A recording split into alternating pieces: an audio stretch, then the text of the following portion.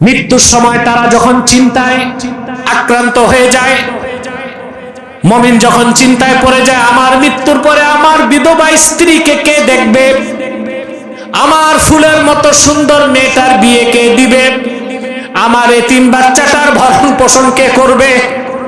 আল্লাহর পক্ষ থেকে রহমতের ফেরেশতা শান্তির পয়গাম নিয়ে তার মাথার কাছে চলে আসে। কোরআন কারীমে আল্লাহ তাআলা বলেন, রহমতের ফেরেশতারা তার সামনে এসে বলে, আল্লাহ তাখাফু ওয়ালা তাহজানু ওয়া আবশিরু বিল জান্নাতিল্লাতী কুনতুম তুআদুন। ও মুমিনেরা, স্ত্রীর জন্য সন্তানদের জন্য চিন্তা করো না, তোমার বিধবা স্ত্রী তোমার কলিজার টুকরা সন্তানগুলোর অভিভাবকত্ব আল্লাহ নিজের হাতে তুলে নেবেন। আর তুমি কোনো চিন্তা করো না, তোমার সাথে কবরে মিজানে পুলসিরাতে আল্লাহর জান্নাত পর্যন্ত তোমার একা ছাড়বো না, আমরা ফেরেশতারা সঙ্গী থাকবো। ওয়া আবশিরু বিল জান্নাহ, ওই জান্নাতের সুসংবাদ নয় যেটার ওয়াদা তোমাদের করা হয়েছিল। ইমাম রাজি তাফসীর কবিরে লেখেন, মুমিনের শেষ নিঃশ্বাস ত্যাগের আগে যখন বলা হয় জান্নাতের খোঁজ খবর নাও, দুনিয়ার বিছানা থেকে জান্নাত পর্যন্ত সব পর্দা আল্লাহ সরায় দেন। মুমিন ব্যক্তি শেষ নিঃশ্বাস ত্যাগের আগে জান্নাতে তার ফুলের বিছানা দেখার পর তৃপ্তির ঢেকুর ছেড়ে শেষ নিঃশ্বাস ত্যাগ করে।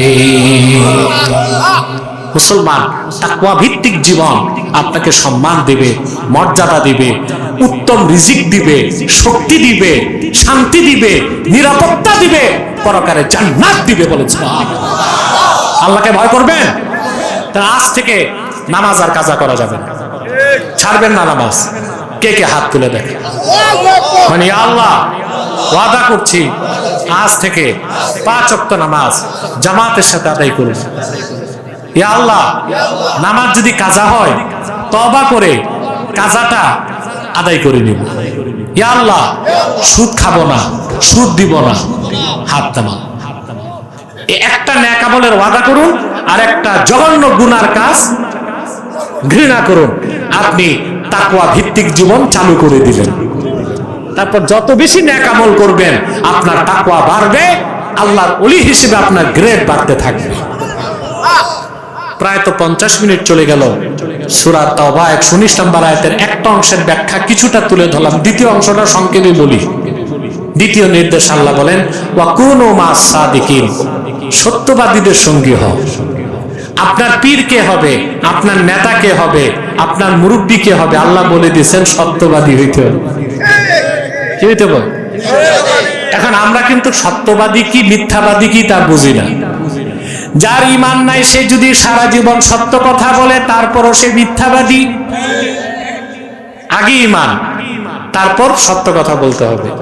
তার মানে কাফের মুশরিক বেঈমান কখনো সত্যবাদী হইতে, কোন কাফের মুশরিক বেঈমান অবিশ্বাসী সত্য বললে তাকে সত্যবাদী বলা যাবে না, বলা হবে তার এই কথাটা সত্য, কিন্তু তাকে সত্যবাদী বলা বড় কঠিন বিষয়।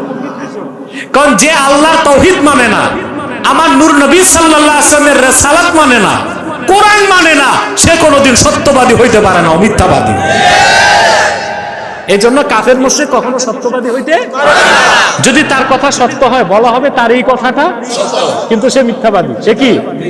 আর মুমিন, তাকে মুমিন সর্বাবস্থায় সত্যবাদী। সে যদি মিথ্যা বলে তো বলা হবে তার এই কথাটা মিথ্যা, তার এই কথাটা মিথ্যা।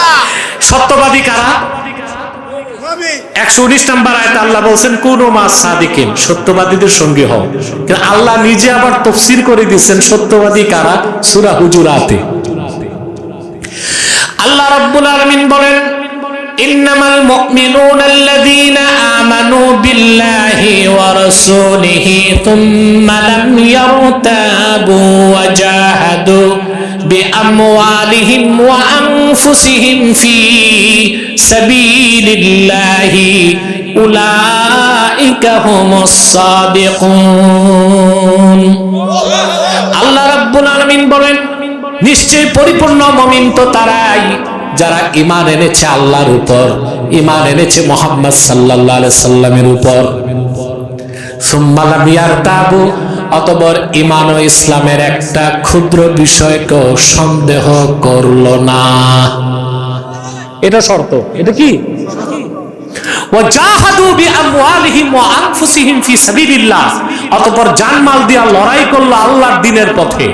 আল্লাহ বলেন উলাইকা হুমুস সাদিকুন, তারাই সত্যবাদী। বলেন সুবহানাল্লাহ। তা আপনি যদি পীর ধরতে চান, সত্যবাদী হইতে হবে। দেখবেন পীরের ঈমান ঠিক কিনা, ইয়াকিন ঠিক কিনা, জানমাল দিয়ে আল্লাহর পথে জিহাদ করে কিনা। ওই রকম পীর ধরলে সে আপনার নেতা হবে। রাজনৈতিক অঙ্গনে যারা নেতৃত্ব দিবে, ওই নেতাদেরকেও দেখবেন সে ইমানদার কিনা। কথা বলেন, তার ঈমান ঠিক কিনা, তার আমল ঠিক কিনা, আল্লাহর দ্বীনের জন্য জানমাল দিতে প্রস্তুত কিনা। তাহলে এখানেও আমাদের সংশোধন করতে হবে। যোগ্যতার ভিত্তিতে মুসলমান নেতা বানাবে না, ঈমান ও তাকওয়ার মানদণ্ডে মুসলমান নেতা বানাবে। ঠিক কিনা বলে? আমাদের বক্তব্যগুলো কারেকশন করতে হবে, হবে কিনা? যার ঈমান ঠিক তারা নেতা বানাবে। দেখুন, ফাঁকি দিয়ে একটা রাজনৈতিক কথা বলি। আপনারা তখন দেশ সংস্কার করতেছেন না, চেষ্টা করতেছেন। আসলে কি দেশ সংস্কারের ক্ষমতা কি ডক্টর ইউনূসের আছে? এই লোকের বয়স এখন ৮৬ বছর। এর যদি আপনারা বেশি চাপ দেন, হঠাৎ দেখবেন হার্ট অ্যাটাক করছে, লাইফ সাপোর্ট লাগবে। আসলে দেশ সংস্কারের পূর্ণ ক্ষমতা আল্লাহ আপনাদের হাতেই রাখছেন।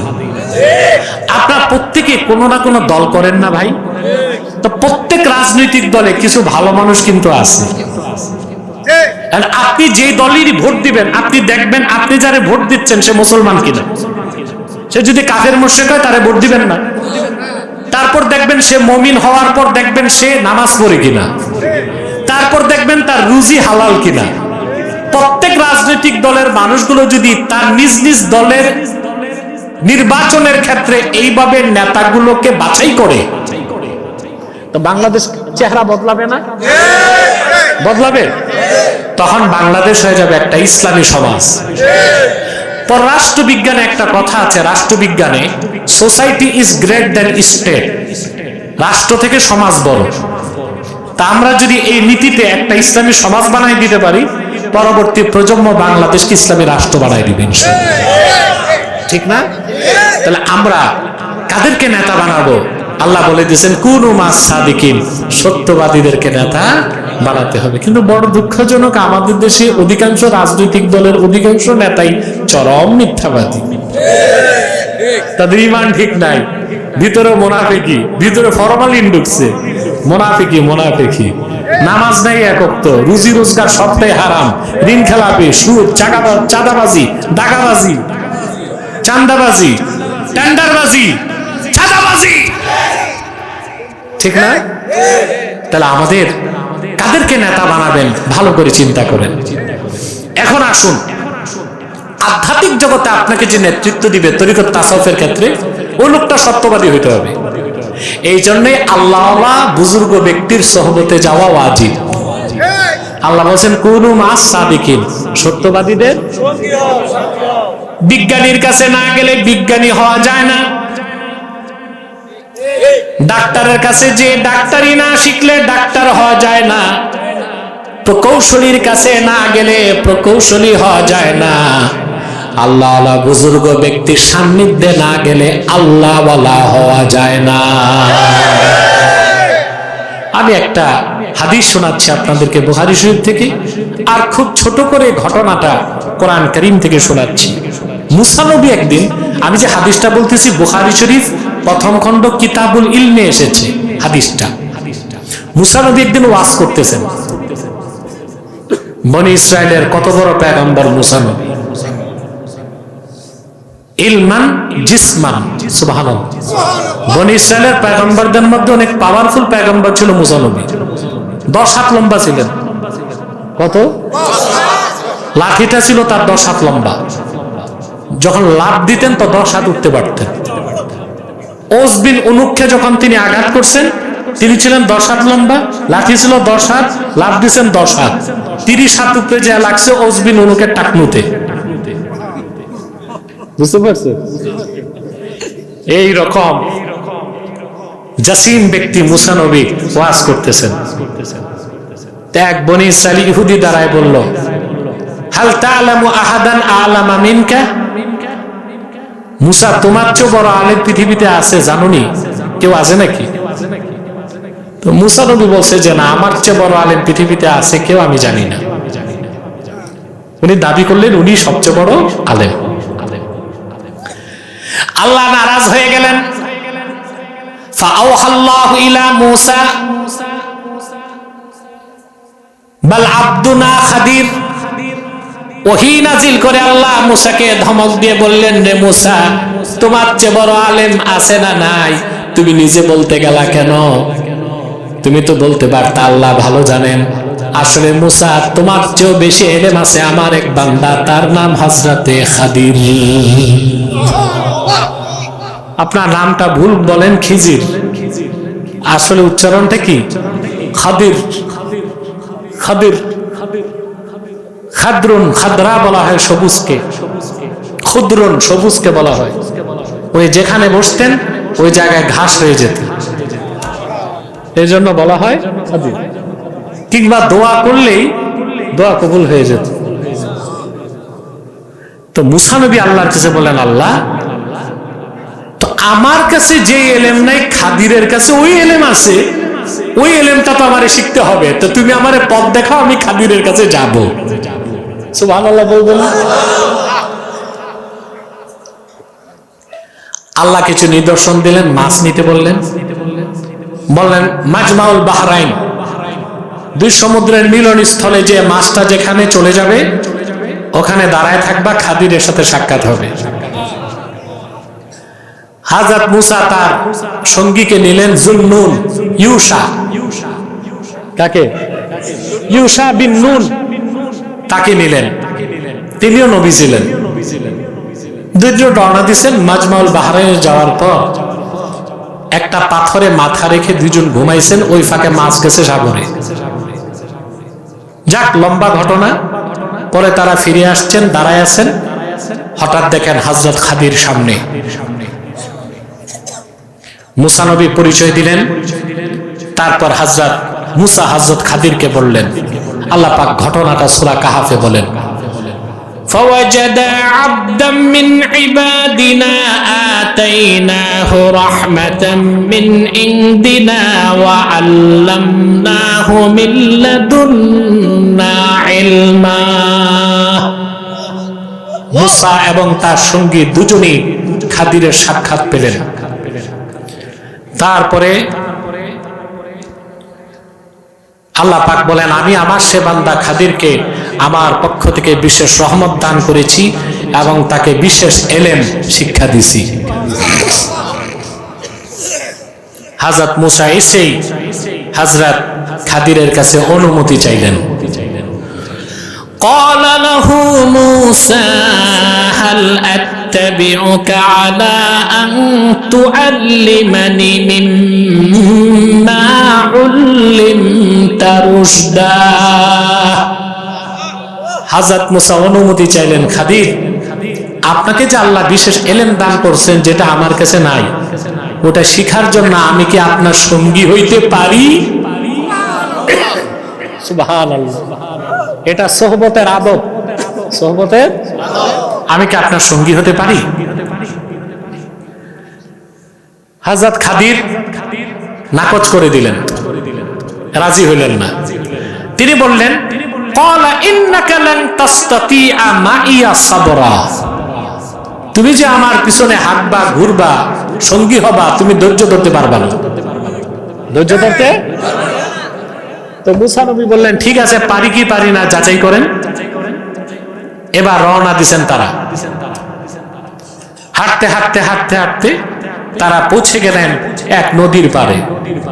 বুঝলেন? বুখারী শরীফের মধ্যে রওয়ায়াতে এসেছে, হযরত খাদির আর মূসা দুজনকে নৌকা চালক চিনে ফেলছে। দুজন নৌকা দিয়া তাদের দুজনকে পার করে দিছে। বুখারী শরীফে এসেছে, বিগায়ের নাউল আয় বিগায়ের উজরাত, পয়সা ছাড়া ফ্রি পার করে দিছে, ইজ্জত করে। আল্লাহ পাক বলেন, পার হবার পর হযরত খাদির কি করলেন? আল্লাহ পাক বলেন, হাত্তা إذا ركبا في السفينة خرقها قال أخرقتها لتغرق أهلها لقد جئت شيئا إمرا দুজন নৌকা পার হবার পর ওপার গেলেন ওপার যে হযরত খাদির নৌকার তলা ছিদ্র করে দিলেন মুসা নবী বললেন যে এটা কি কাজ করছেন আপনি হ্যাঁ এটা আপনি কি কাজ করছেন ওরা ফিরিয়ে আমাদেরকে পার করে দিল আর আপনি কি না নৌকার তলাটা ছিদ্র করে দিয়েছেন হযরত খাদির তখন বললেন আলাম আকুল ইন্নাকা লান তাসতাতি আমা ইয়া সাবরা আমি কি বলি নাই তুমি ধৈর্য ধরতে পারবা না শুধু প্রশ্ন করবা বারবার তা হযরত খাদির বললেন ঠিক আছে লা তুআখিজনি বিমা নাসিতু ওয়ালা তুরহিকনি মিন আমরি উসরা আমি ভুলে গেছি প্রশ্ন করে ফেলছি এটা আপনি বাদ দেন আর অযথা কিছু আমার উপর চাপাই দিয়েন না সামনে চলেন আবার দুইজন রওনা দিয়ে কিছু দূর যাওয়ার পর হযরত খাদির এক বাচ্চা দেখলেন বাচ্চার বাম হাতে গর্দান ধরে ডান হাতে তার কল্লা পুরাটা কেটে দিয়েছেন আল্লাহ পাক বলেন ফান্তালাকা হাত্তা ইযা লাকিয়া গুলামান ফাকাতালাহু ক্বালা আকাতালতা নাফসান যাকিয়াতান বিগাইরি নাফস লাকাদ জি'তা শাইআন নুকরা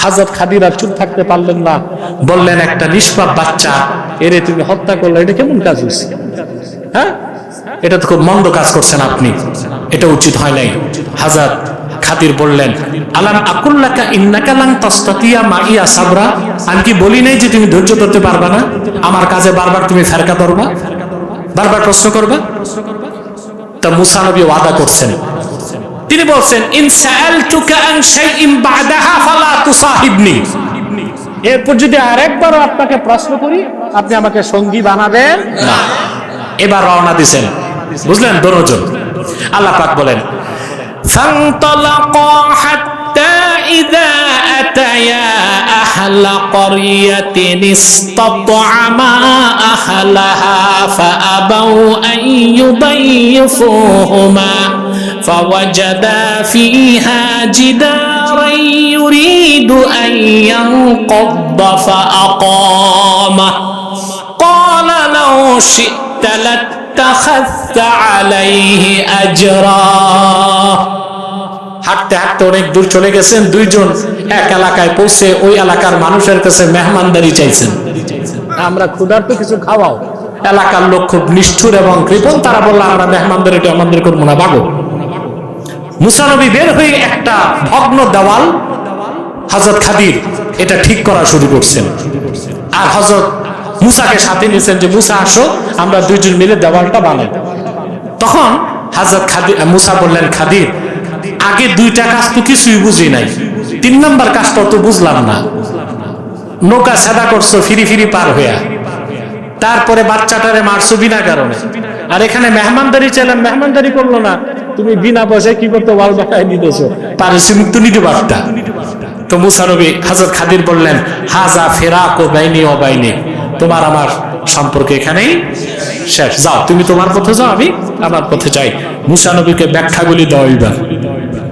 কারণ তার কাছে তো শরীয়ত তার কাছে কি শরীয়ত সুবহানাল্লাহ এবার হযরত খাদির ব্যাখ্যাগুলো তুলে ধরছেন হযরত খাদির বললেন أما السفينة فكانت لمساكين يعملون في البحر فأردت أن أعيبها وكان وراءهم ملك يأخذ كل سفينة غصبا যে নৌকাটা আমরা পার হইছি এটা মিসকিনদের নৌকা পিছনে আসতেছে অত্যাচারী শাসক আসতেছে এই নৌকাটা রিকুইজেশন করবে গসব করবে তা আমি একটু ছিদ্র করে খুদ বানাই দিলাম যেন খুদ পাইলে গসব না করে মিসকিনরা পরে তলা ঠিক করে ব্যবসা করতে মুসা নবীকে তাই ঠিক আছে কি আছে তো বাচ্চাটা মারছো কেন?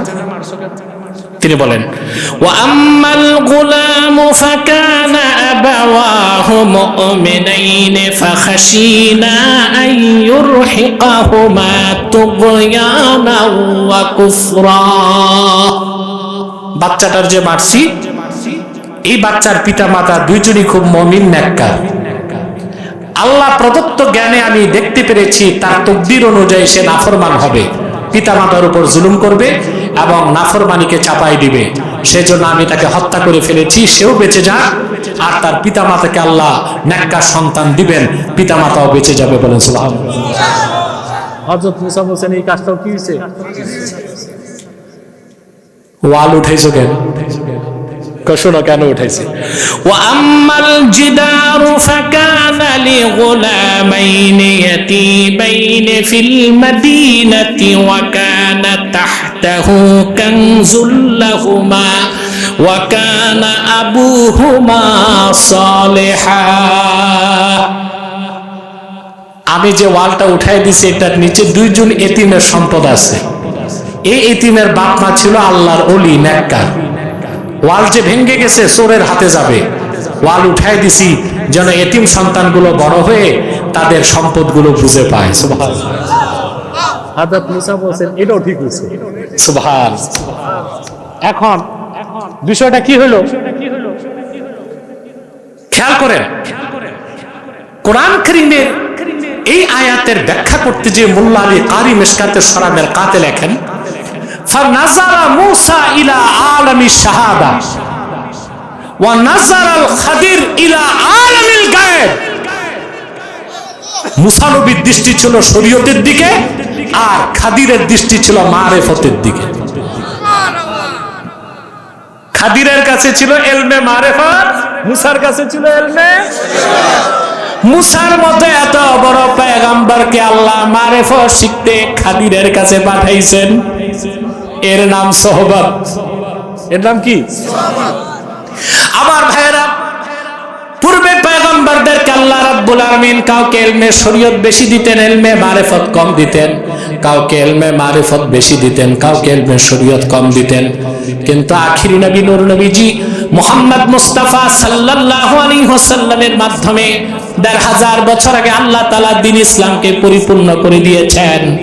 ওনার দ্বীন ইসলামের মধ্যে শরীয়ত আছে, তরিকত আছে, হাকিকত আছে, মারিফত আছে। সুবহানাল্লাহ বলেন। সেজন্য আল্লাহর হাবিব মুহাম্মদ সাল্লাল্লাহু আলাইহি ওয়াসাল্লামের উম্মতের মধ্যে যারা শরীয়ত, তরিকত, হাকিকত, মারিফত শিখে মুহাক্কিক ইনসানে কামেল হয়েছে, অন্য দুর্বল ইমানদারদের জন্য ওয়াজিব হচ্ছে তাদের কাছে যে সোহবত নিয়ে তরিকত, তাসাউফ, মারিফত শিক্ষা করা। বলেন সুবহানাল্লাহ। এটাই আল্লাহ বলেছেন ইয়া আইয়ুহাল্লাযীনা আমানুত্তাকুল্লাহা ওয়া কুনু মা'আস সাদিকিন। মুমিনগণ তোমরা আল্লাহকে ভয় করো আর সত্যবাদীদের সঙ্গী হও। আমরা কি আমল করব নাকি? আল্লাহ আমাদের কবুল করুক।